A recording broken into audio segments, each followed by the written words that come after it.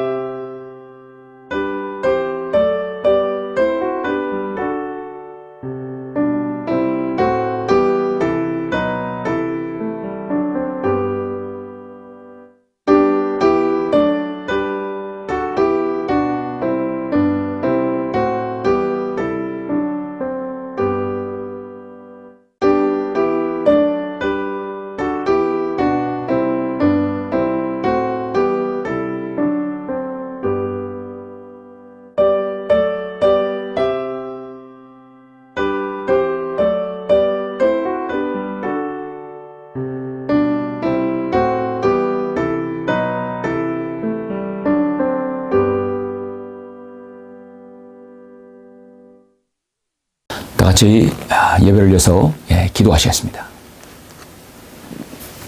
은혜와 진리가 충만하시고 거룩하신 아버지 하나님 감사를 드립니다. 하나님을 알지 못하였고 죄인으로 살다가 죽으면 영원히 지옥의 멸망으로부터 헤어날 수 없는 저희들을 주님의 귀한 보혈의 공로로 갈보 십자가의 구속사역을 통하여 우리가 구원받아서 하나님의 자녀가 됨을 감사를 드립니다. 주님의 인도하심으로 바른 말씀을 알게 되었고 이 말씀으로 기초한 바른 교리를 통해서 더 이상 속지 아니하고 인생을 낭비하지 아니하고 하나님을 바로 섬길 수 있도록 저희들의 생애를 인도해 주심을 감사합니다. 오늘 이렇게 12월의 셋째 주 주일 하나님의 인도하심으로 가정에서 개인적으로 또 하나님의 주님의 부르신 곳에서 또한 처소에서 경배 드릴 수 있도록 인도하심을 감사합니다.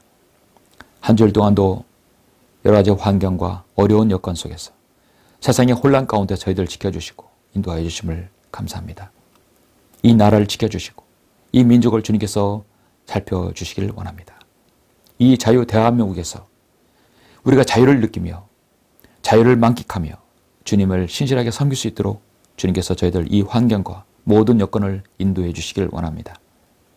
오늘 이 예배를 주님께서 함께 해주시고 우리가 이 거친 광야에서의 삶이 주님을 더욱 신뢰하고 또 믿는 계기가 될 수 있도록 인도하여 주시옵소서. 어려운 여건 속에서도 신실하게 섬기는 주님의 성도들 좀 그들의 기도에 응답해 주시고 함께 해 주시길 원합니다. 이 예배의 시종을 주님께 온전히 의탁드리며 주 예수 그리스도의 이름으로 기도드렸습니다. 아멘. 영광을 주께 찬송가 140장입니다.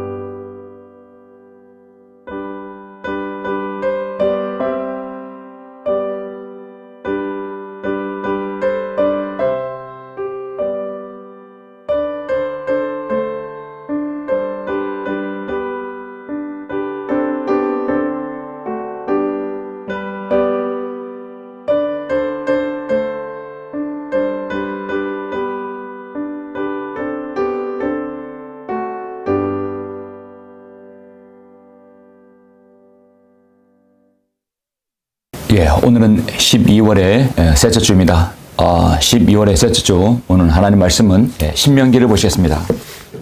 우리 다 같이 신명기 8장을 보시도록 하겠습니다. 구약성경 신명기 8장 1절부터 6절까지입니다. 저는 이스라엘 역사에 대해서 잠깐 살펴보도록 하겠습니다. 여기서 어떤 우리가 교훈을 얻을 수 있을지 한번 잘 보시길 바랍니다. 너무도 중요한 본문입니다. 신명기 8장 1절로 6절 보도록 하겠습니다. 제가 말씀을 봉독해 올리겠습니다. 내가 오늘 내게 명령하는 모든 계명들을 너희는 지켜 행하라. 그리하면 너희가 살고 번성하며 주께서 너희의 조상에게 약속하신 그 땅에 들어가서 그것을 차지하리라. 주 너희 하나님께서 이 40년 동안 광야에서 너를 인도하셨던 모든 길을 너는 기억하라. 이는 너를 겸손하게 하시고 시험하사 내가 주의 계명들을 지키는지 그렇지 않는지 내 마음속에 있는 것을 알려 하심이니라. 주께서는 너를 겸손하게 하시고 너를 배고프게 하셨으며 너도 모르고 내 조상도 모르는 만나로 너를 먹이셨으며 이는 사람이 빵으로만 사는 것이 아니요 주의 입으로 나오는 모든 말씀으로 사는 것을 너로 알게 하려 하심이니라. 이 40년 동안에 내 옷이 낡아 헤어지지 아니하였고 내 발이 부어오르지 아니하였느니라. 너는 사람이 자기 아들을 징계하는 것 같이 주 너의 하나님께서도 너를 징계하시는 것을 내 마음속에 생각할지니라. 그러므로 너는 주 너의 하나님의 계명들을 지켜 그분의 길에서 행하고 그분을 두려워하라. 아멘.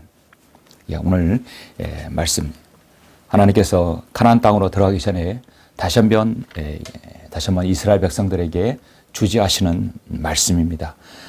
오늘 말씀을 위해서 잠시 기도하시겠습니다.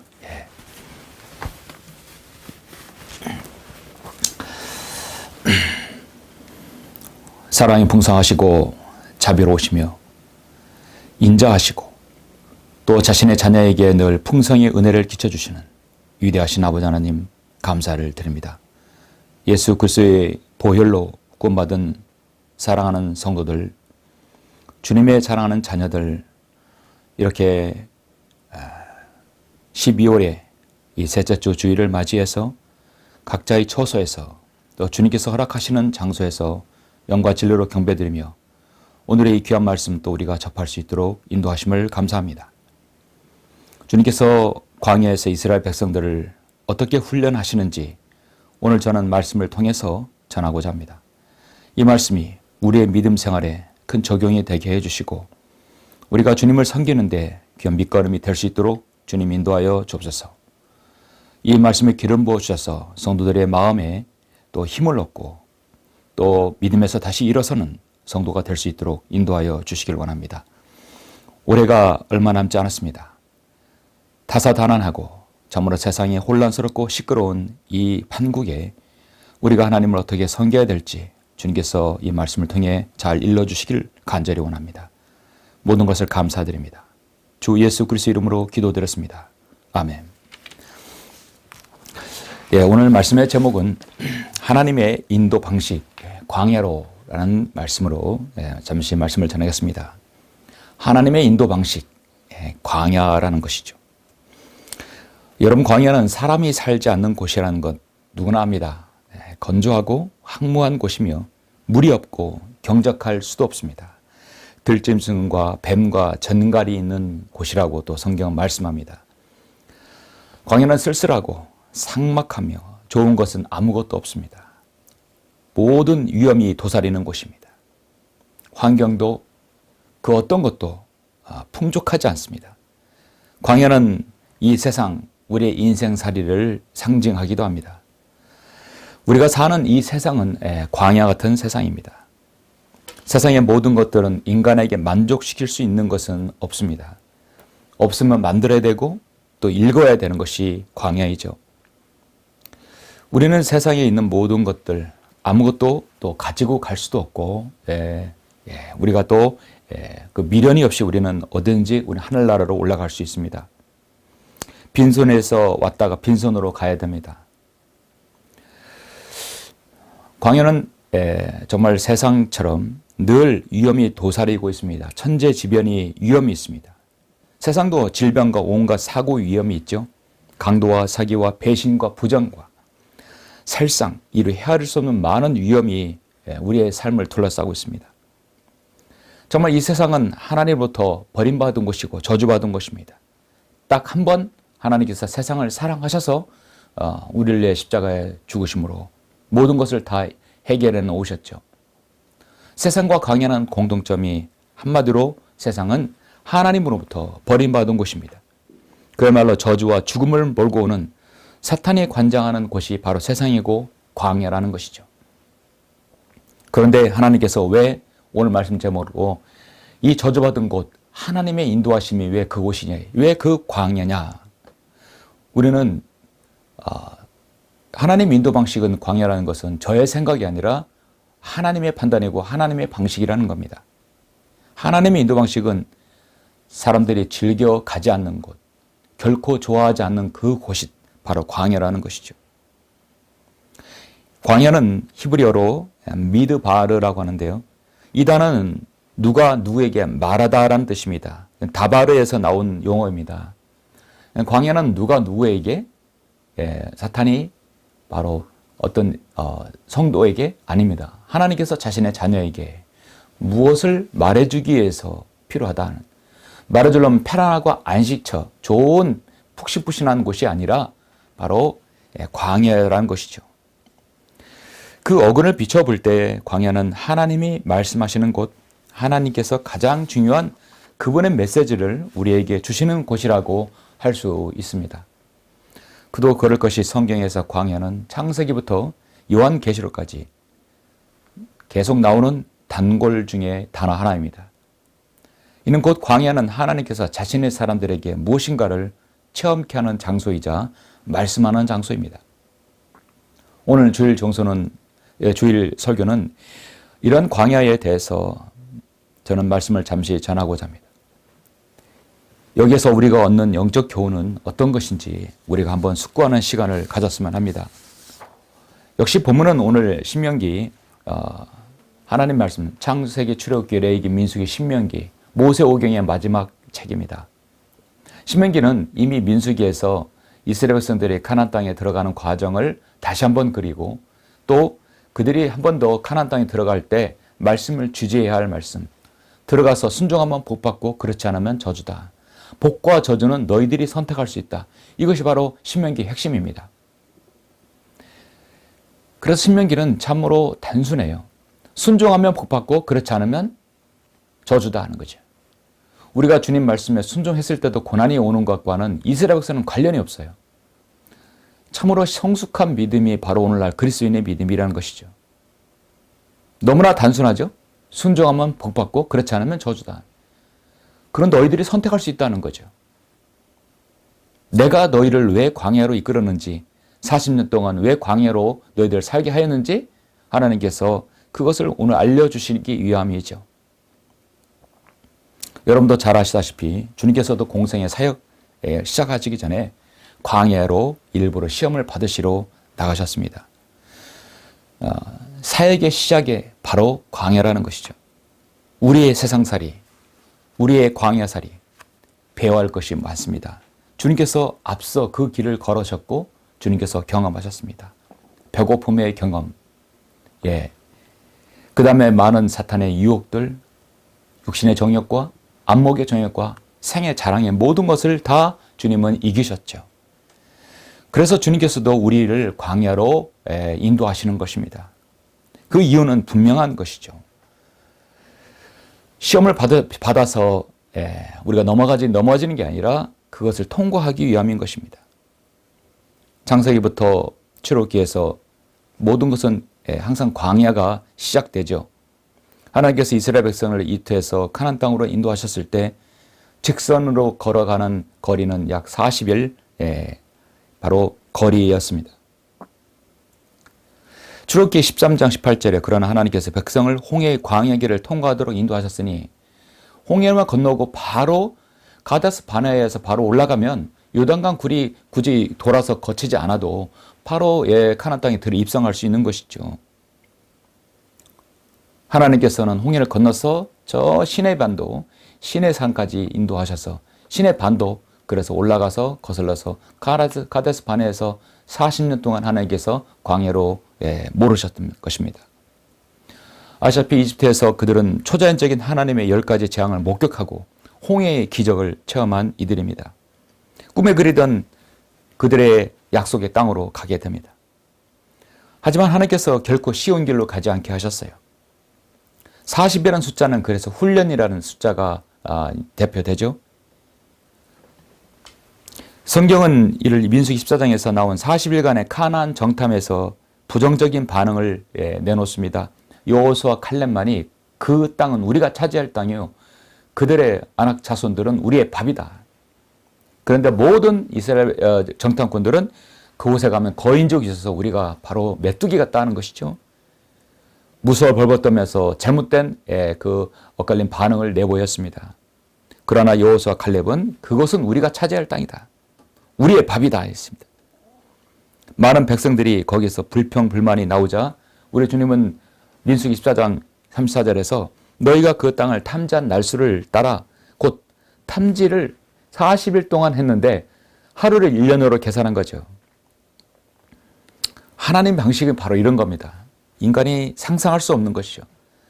그 땅을 40일 동안 탐지했는데 탐지한 날수를 따라 40일의 하루를 1년으로 내가 계산해서 40년간 너희의 죄악을 일지니 그리하여 너희가 나를 약속의 파기를 알리라. 사실은 40일 동안 직선거리로 갈 수 있는 거리였는데 그들의 불평과 그들의 원망으로 인해서 1년이 하루가 1년으로 40일이 40년으로 바뀌어버린 것입니다. 하나님께서는 일찍이 이스라엘 백성들의 마음을 다 알고 계셨어요. 일찍이 하나님 방식대로 광야로 하나님께서는 훈련시키기 위해서 계획하셨던 것입니다. 사막과 광야의 길은 도시와 도시를 잇는 직선의 길이 아닙니다. 꼬불꼬불한 모양으로 멀리 돌아가는 길처럼 보입니다. 사막길의 이러한 형태인 것은 그래서 오아시스를 거쳐야 하기 때문이죠. 사막에서 빨리 가는 것보다 오아시스를 거치는 것이 더 중요합니다. 그 오아시스는 바로 안식과 휴식이죠. 하나님께서는 때론 광야로 모시더라도 우리에게 안식과 휴식을 주십니다. 우리 역시 생수인 예수님을 거쳐야 무사히 우리의 인생길을 마무리할 수 있지요. 광야에서 가장 중요한 것은 물이죠. 우리 주님께서는 광야길을 걷는 우리 자녀들에게 자신의 생명수, 바로 생수 예수님을 우리 안에 마시라고 했습니다. 생수가 내 안에 들어와야 내가 생명을 얻게 되는 것이죠. 광야는 물이 없습니다. 말씀드렸다시피 사람이 물 없이 어떻게 살 수 있습니까? 광야는 사막지대이므로 농사를 지을 수 없습니다. 양식이 없다는 것이죠. 광야는 무조건 또 일교차가 너무 심하죠. 극과 극을 됩니다. 낮에는 섭씨 45도를 오온이고 저녁에는 더 추운 날씨입니다. 반대로 영하로 떨어지는 날씨입니다. 이런 일교차가 큰 날씨 속에서 사람은 살 수가 없고 식물도 거의 농사도 지을 수 없어요. 광야를 통과했던 이스라엘 백성들은 신앙생활을 하는 우리의 본보기입니다. 이스라엘 백성들이 젖과 꿀이 흐르는 가나안 땅을 향해 가는 과정 가운데 광야를 통했던 것처럼 우리 성도들도 이 땅에서 광야를 통과하게 됩니다. 광야를 통과하던 이스라엘 백성들이 하나님의 인도를 이해할 수 없었던 것처럼 우리가 신앙생활을 하다 보면 우리가 광야에 내몰았을 때, 광야에 도달했을 때 우리도 이해할 수 없을 때가 있습니다. 왜 하나님께서 나에게 이토록 고난을 주실까? 왜 하나님께서는 나의 기도에 침묵을 하실까? 때로는 하나님의 침묵이 가장 좋은 응답일 수 있습니다. 찰스 스펄전은 하나님께서 우리를 너무도 사랑하셔서 기도에 응답하지 않을 수 있고 하나님께서는 우리를 저주하셔서 기도에 즉시 응답해 줄 수도 있다라고 말한 적이 있습니다. 신앙생활의 경험을 통해서 얻어지는 말이죠. 이렇게 고난 가운데 어려운 가운데 기도했는데 하나님께 들어주지 않고 침묵으로 일관하신다. 때로는 시간이 지나고 오면 그때 하나님께서 침묵해 주신 것이 너무나 감사한 일이죠. 여러분은 그런 경험을 하신 적 있으십니까?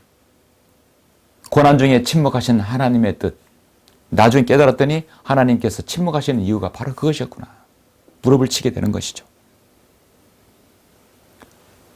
우리의 혼을 구원하신 주님께서 우리 주님께서도 육신의 질고를 지셨고 또 많은 고난을 당하셨습니다.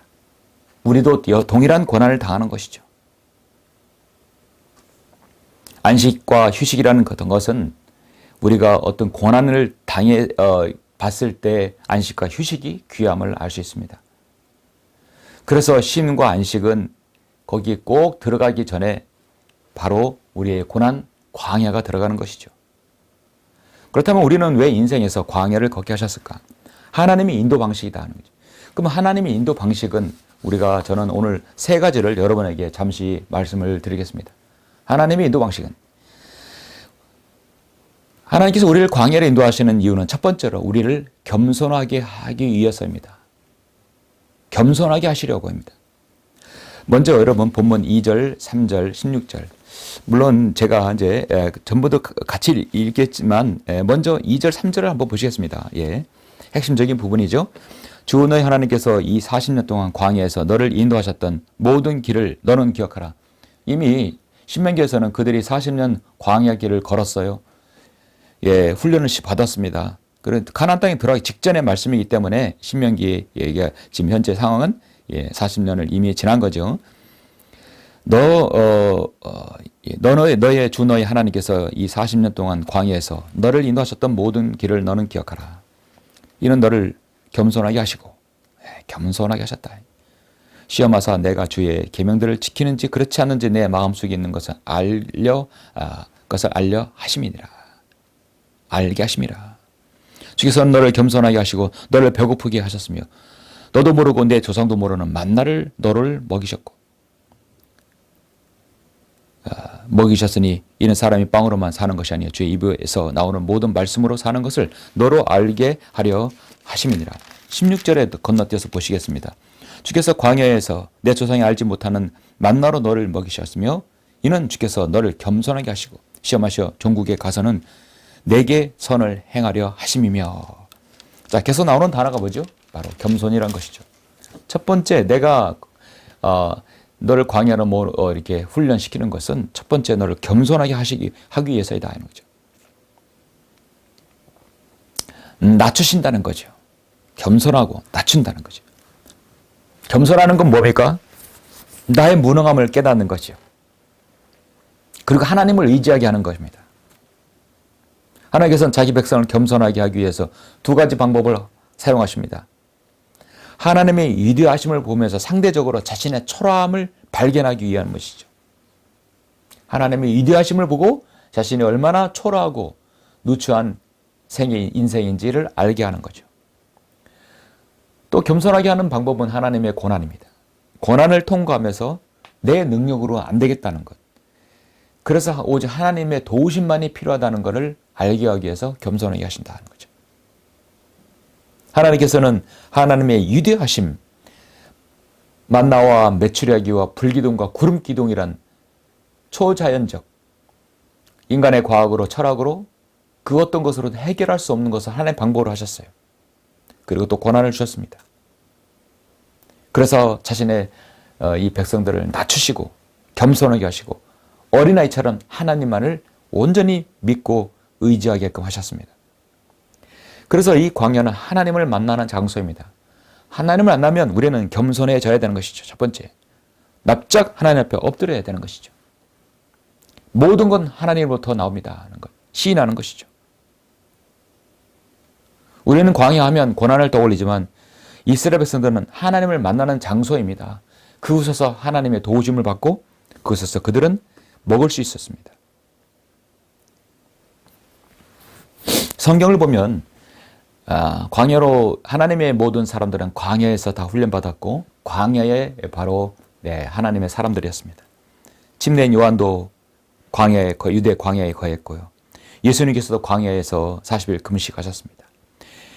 엘리야는 바알과 아세라 선지자 850과 싸울 때도 광야에서 하나님을 만났습니다. 모든 하나님의 대부분의 사람들이 광야에서 거했어요. 광야는 고난의 장소인 것 같아도 결국 하나님을 만나는 장소이고 하나님을 대면하고 하나님도 공급받는 장소인 것입니다. 사도 바울이 이름이 이제 원래 사울이었죠. 그러나 바울이 되기 전에는 사울은 세상적으로 보면 정말 잘난 청년이었습니다. 로마의 시민권을 가졌고 권력과 재산을 가졌습니다. 가말리엘 문화에서 공부했으니 학문적인 면에서도 뒤들칠 거 없었어요. 최고의 학문을 수학했습니다. 바리새인 중에서도 바리새인이었고 종교적으로 흠잡을 수 없는 사람이었습니다. 그는 자신의 배경이 하늘 높은 줄 모르게 교만하게 갖고 예수 그리스도를 대적하게 했습니다. 다마스커스로 가서 소환장을 가지고 교회를 파괴하고 가정을 바로 예수 그리스도를 믿는 그리스도인을 바로 잡아 가두는 일을 했던 것입니다. 그렇게 했고 그는 또 스데반을 죽이는데 찬동했던 사람이었습니다. 그러나 하나님께서는 그를 쓰시려고 계획하셨어요. 내가 너를 이방인을 위한 그릇으로 삼게 했다고 분명히 사도행전에서 말씀하였죠. 그는 정오의 빛보다 더 밝은 하늘의 빛으로 주님의 영광으로 그에게 비춰졌고 그는 눈이 멀어서 3일 동안 아무것도 보지 못했습니다. 그리고 그도 광야에서 훈련을 받아서 결국 온전한 하나님의 사람으로 거듭나게 되었습니다. 사도 바울도 2000년 동안 가장 훌륭한 그리스도인도 광야에서 훈련받았고 모든 것을 하나님께서 완전히 낮춰주시게 하셨다는 것이죠. 하나님의 영광을 보여주려고 하나님 앞에 자신이 얼마나 작은 자임을 알리게 해주셨어요. 모든 자아를 박살나게 했어요. 그 사건을 통해서 사울은 겸손하게 되었고 바울로 이름을 바꿨습니다. 내가 너 다른 민족과 이방인들에게 왕들에게 전파하고자 한 내가 택한 그릇이라고 했습니다. 겸손과 온유는 성도가 배워야 할 의미입니다. 세상을 살아가는데 어려움을 당할 때 자신을 낮추는 겸손이 있어야 하나님께서 그를 도와주십니다. 겸손한 자에게 하나님께서 은혜를 주신다겠죠. 왜 우리는 하나님 앞에 자신을 낮추고 겸손해야 되는 것인가? 겸손이 바로 복이기 때문이라고 성경은 말씀하겠습니다. 잠언 22장 4절에서 말씀하고 있고 반면에 교만한 저주이기 때문이라고 말씀합니다. 잠언 16장 1절에서 말씀합니다. 겸손과 교만은 상극이죠. 이스라엘 백성들이 첫째 겸손하기 위해서입니다. 하나님의 인도 방식 광야로 두 번째로 광야로 인도하시는 것은 이스라엘 백성들을 시험하기 위해서입니다. 너무도 중요하죠. 역시 2절과 16절에서 반복하고 있습니다. 주 너의 하나님께서 이 40년 동안 광야에서 너를 인도하셨던 모든 길을 너는 기억하라. 이는 너를 겸손하게 하시고 시험하사. 무엇을 시험하냐? 내가 주의 계명들을 지키는지 그렇지 않는지 내 마음속에 있는 것을 알게 하려 하심이라. 알려 하심이라. 그들의 믿음이 어느 정도 되는지 주님께서 알고자 하는 것이죠. 하나님께서 아담과 이브를 창조하셨을 때 그들은 무균 상태, 죄 없는 상태로 창조하셨어요. 그들은 죄를 지으면 지금까지도 바로 살았을 것입니다. 그러나 그들을 테스트할 기회가 없는 거죠. 그 테스트의 기회가 바로 선과 악의 지식의 나무의 열매를 먹지 말라. 먹는 나는 죽으리라. 분명히 하나님께서는 경고하셨었고 명명하셨어요. 그들은 그 테스트를 통과하지 못했고 인류의 죄가 들어왔죠. 그 죄로 인해서 우리는 모두 죽게 되었고 우리는 그 죽음의 그 유전자를 받게 된 것입니다. 그래서 죽어서 지옥에 가야 되지만 우리 하나님께서 다시 그거를 완전히 에덴의 상태로 돌아가게 하신 거죠. 예수 그리스도의 보혈을 통해서 모든 죄가 다 제거해 주시는 것이죠. 아담과 이브는 그래서 시험을 바로 선과 악의 그 선악과는 그 나무인 것, 열매인 것입니다. 이스라엘 백성들이 하나님께서 그 광야로 내모신 것은 그들이 첫 번째 겸손하고 두 번째는 시험을 통과하는지 보고자 하는 것이죠. 16절에서 주께서 광야에서 내 조상이 알지 못하는 만나로 너를 먹이셨고 이는 주께서 너를 겸손하게 하시고 시험하시어 종국에 가서 내게 선을 행하려 하심이며 내가 내 마음에 말하기를 내 능력과 내 손으로 힘이 내게 이 재물을 가져왔노라 하지 못하게 하라는 것이라. 사람이 고난을 받으면 두 가지 반응이 있습니다. 부르짖고 기도하며 하나님의 도움을 구하는 사람이 있는 반면 원망하고 불평하는 사람이 있겠죠. 여기서 시험이란 것이 꼭 필요하게 되는 것이죠. 믿음 생활을 하다가 고난이 찾아오면 우리는 이것이 시험이다라고 생각하고 잘 통과해야 됩니다. 광야의 시험은 우리 마음이 어떠한지를 2절에서 보니까 알게 하기 위함이라고 말씀합니다. 광야는 불편한 점이 한둘이 아닙니다. 그 불편함이 그들에게는 불평으로 다가왔어요. 원망과 불평으로 자신들의 잘못된 마음을 그대로 드러냈습니다. 이스라엘 백성들이 바로 그런 유의 사람들이에요. 어쩜 하나님께서 이렇게 말을 듣지 않고 목이 곱고 정말 말 지긋지긋하게 안 되는 이 백성을 선택하셨을까? 우리 하나님은 참 놀라우신 하나님이십니다. 어떤 다른 민족도 아니고 어떻게 이 히브리 민족을 하나님께 선택하셨을까? 돌아서면 불평하고 돌아서면 원망하는 이러한 백성을 인간적인 관점에서 저도 이해할 수가 없습니다. 그런 하나님의 뜻이요, 하나님의 계획이라는 것입니다. 사실 우리도 별반 다를 바 없죠. 출애굽기 17장 3절에 보면 우리도 마찬가지일 것입니다. 백성이 거기서 물이 없어 갈증을 느끼니 홍해를 건넌 다음에 당연히 갈증을 느끼겠죠. 백성이 모세에게 대항하여 불평하여 말하기를 모세를 대항하였습니다. 어째야 내가 이 뒤에서 우리를 데리고 나와서 우리와 우리 자녀와 우리의 가축을 목말라 죽게 하느냐. 배고프면 배고프다, 추우면 춥다, 더우면 덥다, 목이 마르면 목이 마르다. 광야는 불평거리를 찾으면 한도 끝도 없고 모두 불만, 원망, 불평입니다. 그래서 여기서 이스라엘 믿음을 알 수 있어요. 믿음은 고난 중에 알 수 있습니다. 평상시에 똑같이 기도하고 똑같이 찬양하고 똑같이 봉사하고 똑같이 영과 진리로 경배드리고 모두 똑같이 해도 결정적으로 고난이 어려움이 닥칠 때 그 사람의 반응, 바로 시험이 왔을 때 그 반응을 보면 그 사람의 진짜 믿음을 볼 수 있습니다. 진짜 믿음은요, 모두 평안할 때 알 수 없어요. 좋은 것만 있을 때 알 수 없습니다. 우리 그렇잖아요. 친구도 돈이 많고 넉넉하고 좋은 걸 쓸 때는 다 좋은 친구예요. 그러나 어려울 때, 고난 당했을 때, 힘들 때 도와주는 친구가 어떤 친구인가를 알 수 있죠. 교회가 문제가 발생하면, 어떤 공동체에 문제가 발생하면 바로 거기 있는 성도들의 마음을 볼 수 있습니다.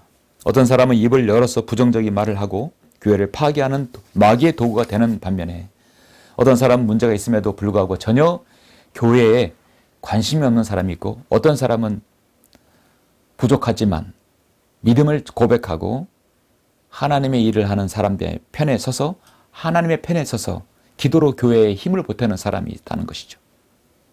항상 교회에 문제 있으면 대적하는 편, 방관하는 사람, 또 하나님의 편에 드는 사람이 있다는 것이죠. 하나님께서 광야 생활을 통하여 이스라엘 백성들의 마음이 어떠한지를 원하셨던 것처럼 우리가 나는 고난과 문제를 통해 우리의 마음이 어떠한지를 하나님은 알기를 원하십니다. 하나님은 또 우리에게 시험하는 이유가 우리가 하나님의 말씀대로 사는지를 알게 하십니다. 광야의 백성들은 불기둥과 구름기둥으로 인도하셨습니다.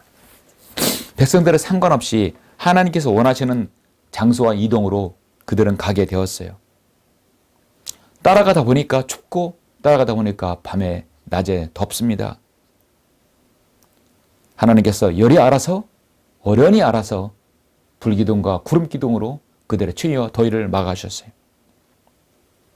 생각해 보십시오. 현대 과학이 아무리 발전하다 할지라도 날씨와 기후를 인위적으로 조작한다는 과학이 발달하더라도 구름기둥을 어떻게 만들어요? 불기둥을 어떻게 만들어요? 구름기둥을 만들어서 그늘을 만들고 불기둥을 만들어서 그 영하의 추운 날씨를 그들에게 따뜻하게 해주는 것이. 여러분 불기둥 본 적 있습니까? 현대 과학이 상상할 수 없는 영역입니다. 아침에 만나, 하루가 지나면 없어지는 만나. 어떤 재과 명인이 이걸 만들 수 있겠습니까? 하나님을 인도하시는 한 목자이신 이스라엘의 목자이신 하나님만이 하실 수 있습니다. 매일의 양식으로 만나라는 특별한 양식을 이슬처럼 내려주셨습니다. 40년간 하루도 빠지지 않고 만나를 주셨어요. 고기가 먹고 싶으면 바람을 일으켜서 메추라기를 떨어뜨려서 먹게 하셨습니다. 현대 과학이 설명할 수 없는 일은 여러분 출애굽기에서 너무도 많이 볼 수 있죠. 그리고 하나님께서 십계명을 바로 시내산에서 우리 과학 현대 지명으로 시나이 반도죠. 시내 반도에서 십계명을 주셨습니다. 먹을 거 주시고 영의 양식까지 주시는 것이죠. 고난을 겪을 때 우리는 하나님의 말씀을 받아야 됩니다. 하나님의 말씀을 따라가야 됩니다. 모든 문제의 해답은 하나님의 말씀에 들어 있습니다. 에덴 동산에서도 함께 거닐기를 원하지만 하나님께서도 때론 광야를 거닐기를 원하시죠. 그 이유는 하나님께서 우리에게 시험을 주시면 반드시 우리의 믿음을 보기 위해서입니다. 히브리서 11장 6절에 보시면 그러나 믿음이 없이는 하나님을 기쁘시게 할 수 없나니 하나님께 나아가는 자는 그분이 존재하시는 것과 그분이 자기를 열심히 찾는 자들에게 보상하는 분이심을 마땅히 믿어야 하느니라. 예. 이 믿음의 조상 아브람, 믿음으로 아브람은 장차 유업을 받을 땅으로 떠나가는 부름을 받았을 때 순종하여 어디로 가야 하는지 모르며 떠났다 했습니다. 믿음이 있었기 때문이죠. 믿음으로. 예. 그래서 믿음이 없이는 하나님을 기쁘시게 할 수 없다고 말씀합니다. 그러나 하나님께서는 광야를 통과한 이스라엘 백성들에게 바로 시험의 목적이 있다는 것이죠. 광야가 아니면 그들을 시험할 수 없었어요. 하나님의 인도 방식, 광야를 인도하시는 것은 마지막 세 번째로 하나님의 뜻을 알게 하시려고 합니다. 궁극적으로 하나님의 계획과 섭리가 어떻게 그들에게 적용되는지를 알게 하기 위해서입니다. 좀 쉽게 설명하자면 하나님의 약속을 성취하시려는 것이죠. 오늘 본문 말씀 4절 6절을 계속해서 보시면 이 40년 동안에 내 옷이 낡아 헤어지지 아니하였고 내 발이 부어오르지 아니하였느니라. 너는 사람이 자기 아들을 징계하는 것 같이 주 너의 하나님께서도 너를 징계하시는 것을 내 마음속에 생각할지니라. 그러므로 너는 주 너의 하나님의 계명들을 지켜 그분의 길에서 행하고 그분을 두려워하라.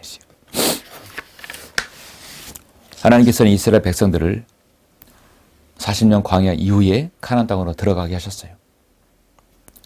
믿음이 훌륭한 이스라엘 백성들은 왜 광야로 그들을 하나님께서 인도하셨는지 그들은 아실 겁니다. 창세기 12장, 20장, 22장 계속해서 하나님께서는 아브라함을 통해서 내가 너의 후손들 하늘의 별과 같이 땅의 티끌같이 바다의 모래같이 많은 백성이 되어서 내가 약속한 그 땅, 젖과 꿀이 흐르는 가나안 땅으로 너를 인도하리라. 너를 대적하는 자를 내가 대적하고 너에게 선대하는 사람들에게 나도 선을 베풀겠다. 오늘 그 땅이 바로 이스라엘 땅입니다. 수많은 아랍 민족들이 그 땅을 차지하려고 로마 가톨릭이, 유럽이 또 아랍 민족들이 바로 이스마엘 후손들이 그걸 차지하려고 지금도 싸우고 있습니다. 현재 이스라엘의 지도자들은 하나님을 온전히 믿는 사람들이 아니에요. 세계 경제와 정치를 주무르는 유대인들도 마찬가지입니다. 그들은 철저하게 그들은 낮아지게 하실 것입니다. 그들의 계획들은 온전한 한 글로벌 정부를 만들어서 세상을 지배하는 것이었어요. 유대인들의 변절돼도 너무나 변절되었죠. 그러나 하나님께서는 대환란 때 14만 4천만만 남겨두고 완전히 정화시킬 것입니다. 그것을 아는 유대인들이 정말 극소수라는 것이죠. 하나님께서 광야 생활을 통해서 이스라엘 백성들이 알기 원하는 것이 무엇일까? 왜 우리에게 고난을 주시고 이 광야에서 40년 동안 방황하게 하셨는가? 하나님께서는 이유가 있는 것이죠. 하나님의 계획과 섭리가 있었던 것입니다.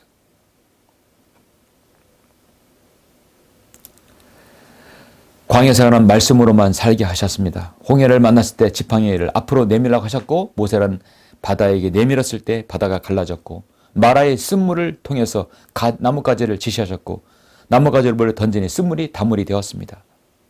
아말렉과의 전투에서 그랬고 요단강 건널 때도 그랬고 여리고성을 함락할 때도 그렇게 하셨고 온전히 말씀에 순종할 때 그랬습니다. 그들은 철저히 기다렸어요. 광야에서도 하나님 말씀에 순종하면 모든 것이 얻어지는구나. 이제 들어가서도 마찬가지라는 얘기입니다. 하나님께서 모든 걸 공급하시는 것을 이스라엘 백성들이 알기를 원하셨습니다. 40년 동안 광야에서 먹이셨고 재우셨고 심지어 그들의 발이 부르트지도 않았고 신발도 닳지 않았습니다. 그 광야 생활을 한 사람이 장정만 60만 명이에요. 하루에 식사량이 어느 정도겠어요? 여자와 아이들까지 합치면 200만 명입니다. 그 엄청난 사람들의 40년간 먹이셨어요. 천안시 인구가 80만인데 이 80만 명이 40년 동안 움직이면서 걸었다고 생각해 보시면 끔찍하죠. 그런데 사실 80만 명이 아니라 바로 200만 명이다. 200만 명이라는 것입니다. 어떻게 200만 명을 광야에서 단 하루도 살 수 없을 텐데 40년간을 그들을 먹이시고 재우시고 입히셨냐. 이것 또한 불가사의고 오늘날 과학과 오늘날 학문으로 이해할 수 없는 하나님의 방식인 것입니다. 그래서 우리는 하나님의 일에 있어서는 믿음으로 이해해야 합니다. 오늘 이 말씀은 이스라엘 백성만이 아닌 오늘 사는 우리에게도 주신 것입니다. 마태복음 6장 25절에 보시면 이렇게 말씀하고 있죠. 예, 너무도 여러분 잘 아시는 말씀. 마태복음 6장 25절 보시면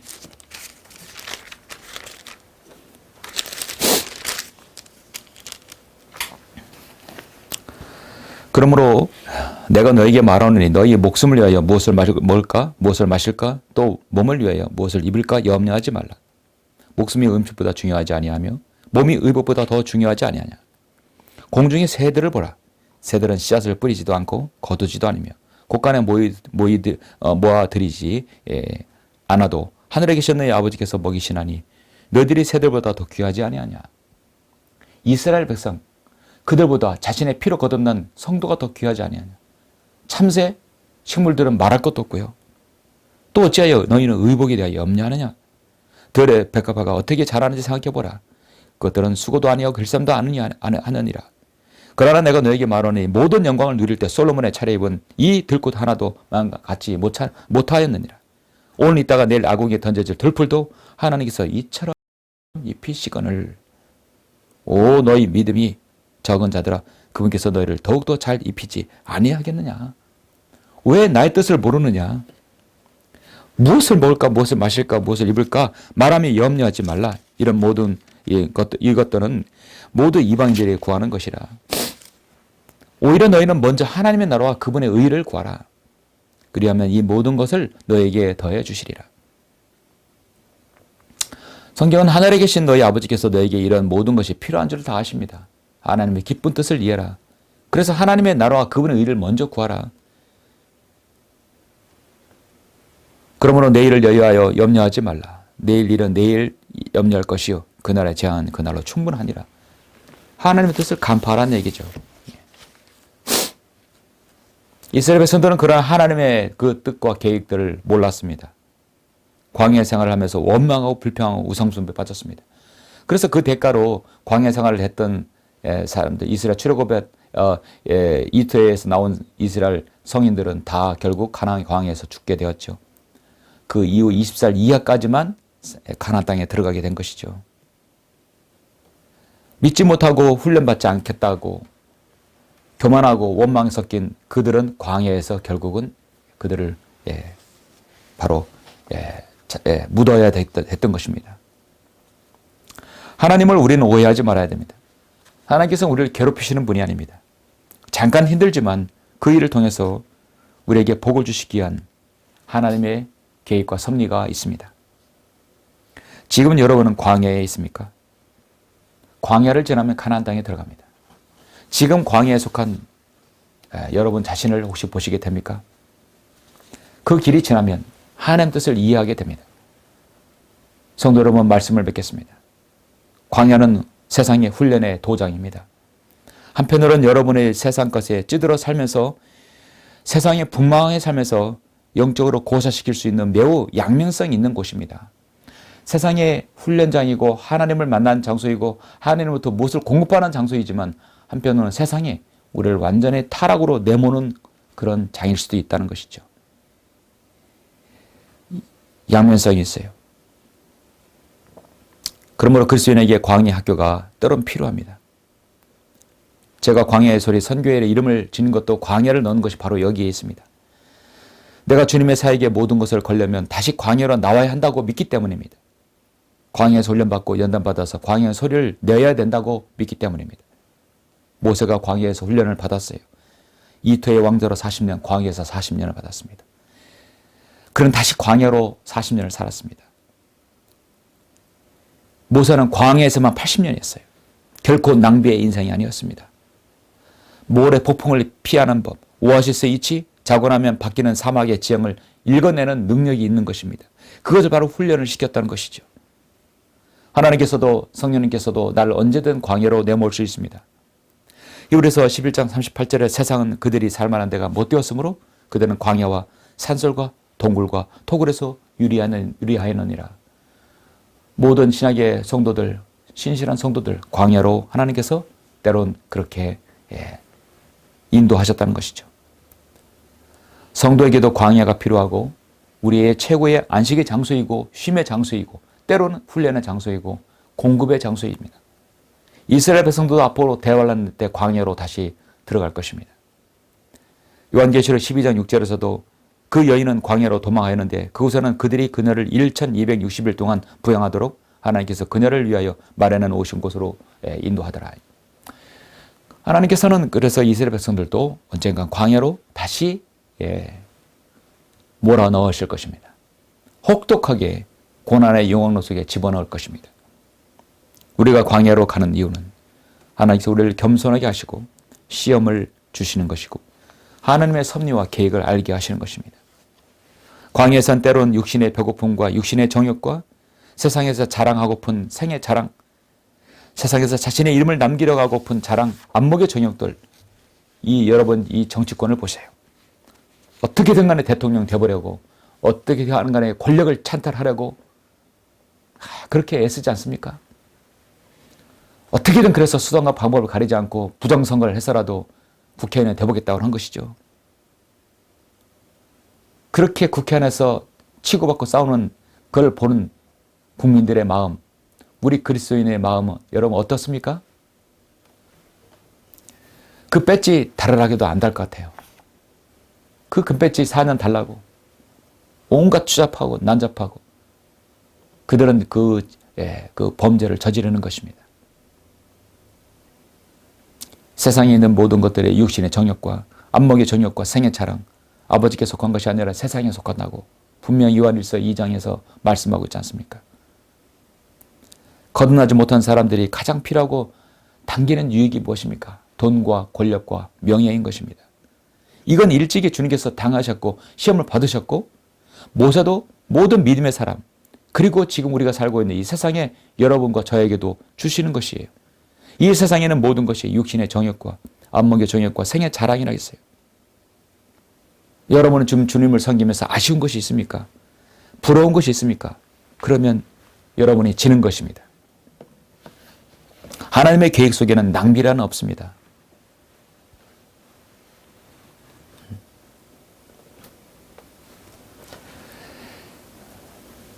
하나님의 자신의 자녀들이 선교지에서 순교 당했을 때는 절대 그건 낭비가 아니었습니다. 하나님의 계획이고 하나님의 씨앗이었습니다. 오늘날 세상에 살면서 무엇을 해보려고 때론 안 되니까 열등감을 느껴지고 자신의 낮은 자존감에 사로잡혀서 죄책감에 시달리고 실패에 괴로워하며 자신의 연민에 빠져들어 스스로 생을 마감하는 사람들이 얼마나 많습니까? 그것이 우리나라가 바로 세계 1위예요. 우리나라는 심각하게 참으로 큰 질병이 있어요. 열등감에 사로잡히고 자존감이 사로잡혀서 죄책감, 실패, 자기 연민에 빠져서 스스로 생을 마감하는 자살률이 일어나는 것입니다. 심각한 사회 문제입니다. 한국의 기독교인이 800만, 우리나라가 목회자가 15만 명. 이런 세계 최고의 기독교 국가이면서도 자살률이 최고라는 것은 이 정상적인 기독교 국가가 아니라는 것이요. 무엇인가 문제 있는 것입니다. 하나님께서는 산산이 부서진 마음과 메말라버린 3일할자도 광야에서 안식을 주시는 분이십니다.